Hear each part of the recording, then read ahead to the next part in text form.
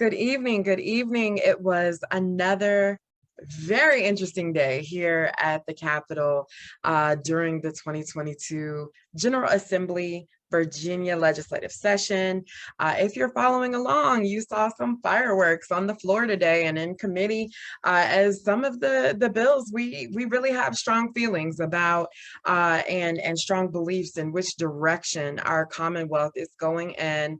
But I do have an update on the African American Cemeteries bill that I mentioned last night was highlighted on Channel 13 News back home. And so there's a new process where we will go through the Department of Historical Resources in order for a nonprofit or a locality to draw down those funds in order to preserve and restore historic African American cemeteries. And as of right now, that includes any cemetery that is deemed to be eligible that is older than 1900. And as I stated, my great-great-great-grandfather, Thomas Poole, is in one of those plots. I think there are more than 700 in Isle of Wight and Surrey counties that this bill in particular dealt with. And so we know that that definitely goes back to before 1900. Thomas Poole founded First Church of Newport News Baptist on Wickham Avenue. And so very proud of his legacy and all of their legacies and all of the work that they did to get us to today.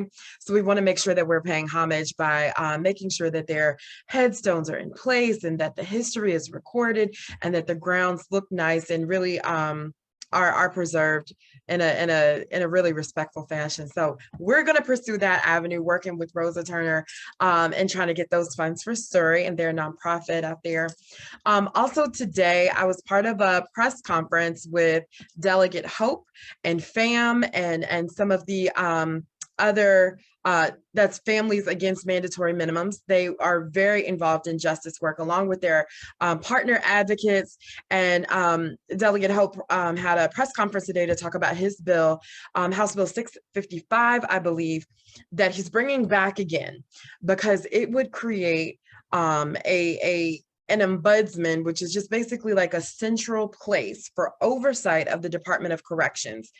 I have gotten numerous letters from those that are incarcerated, their families, their lawyers, and even the work that I've done on the DOC commission with other legislators investigating some of the dangerous workplace conditions, the culture of lack of transparency, and just really the retaliation and fear that has been bred in these institutions for those that work there that really are just trying to make it safer and hopefully more just.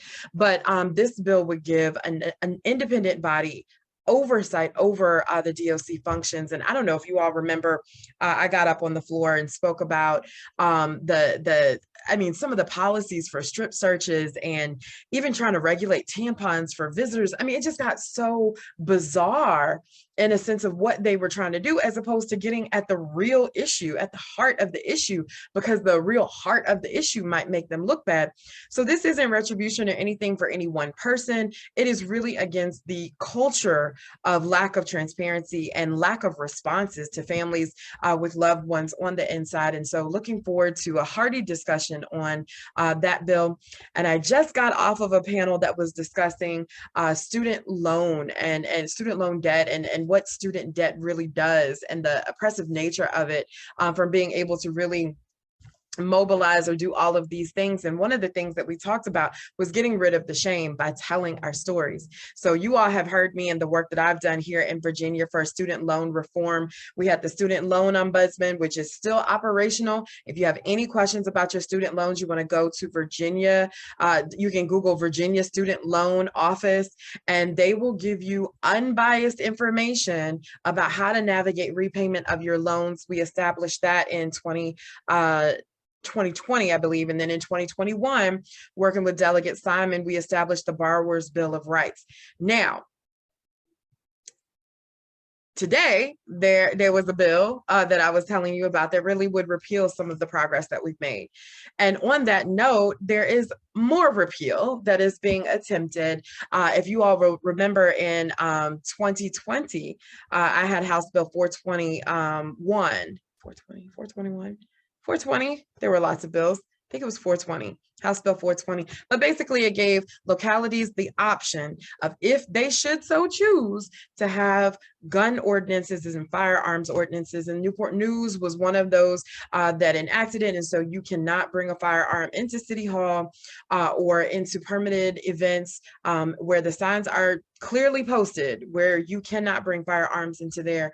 And I think Alexandria and Arlington and Richmond also availed themselves of this opportunity. Now, there's one thing that you got to understand. In 2019, before that change happened, the code didn't just leave it up to the Dillon rule or the relationship as usual between how Virginia interacts with localities. So it was not silent on firearm ordinances. It expressly prohibited localities from doing anything to regulate firearms within their own boundaries. So I want to clarify that from some of the misconceptions that were given out today in some of the discussion.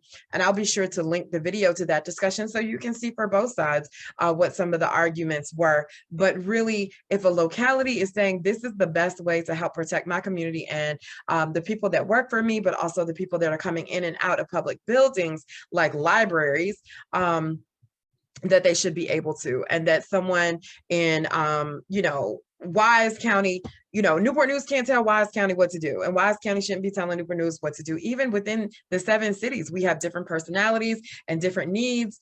But if Newport News, Hampton, if anybody should want to avail themselves of this, it's available. And so that's what that bill would repeal and get it back to the posture where localities would be forbidden from being able to do that. And so we want to keep an eye on that. But today was also NASA Aerospace Day.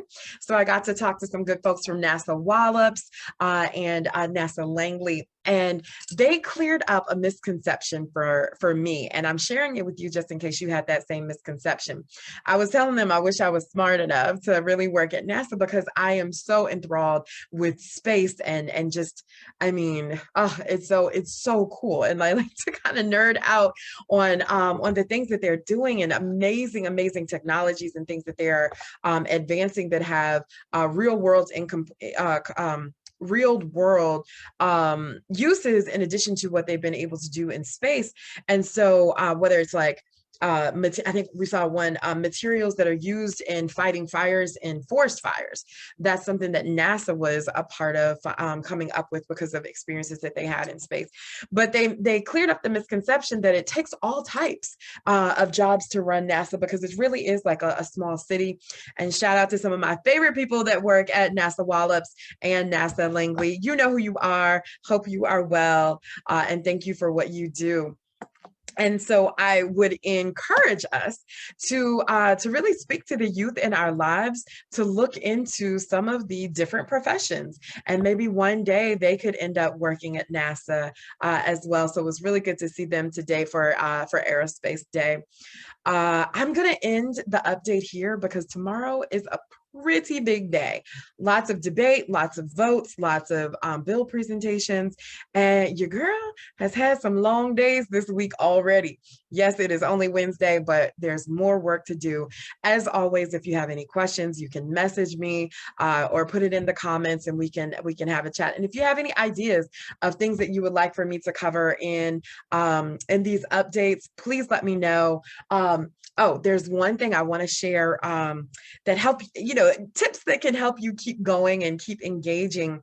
So if you ever want to know what it is that we're going to be discussing on the floor, so when we say on the floor, that means when we're in the House chamber. So on the floor, if you go to lis.virginia spelled out.gov, and then you click on daily floor calendar for either the House or the Senate, then that can show you everything that we're going to talk about that day.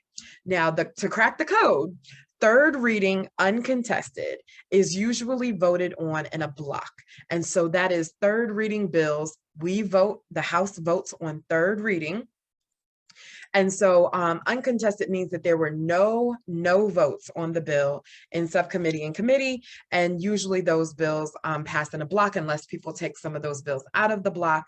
And then you'll see third reading regular, which means the bills are on third reading. We're about to take the vote, but it's on the regular calendar, meaning that there's some of us that are for it, some of us that are against it.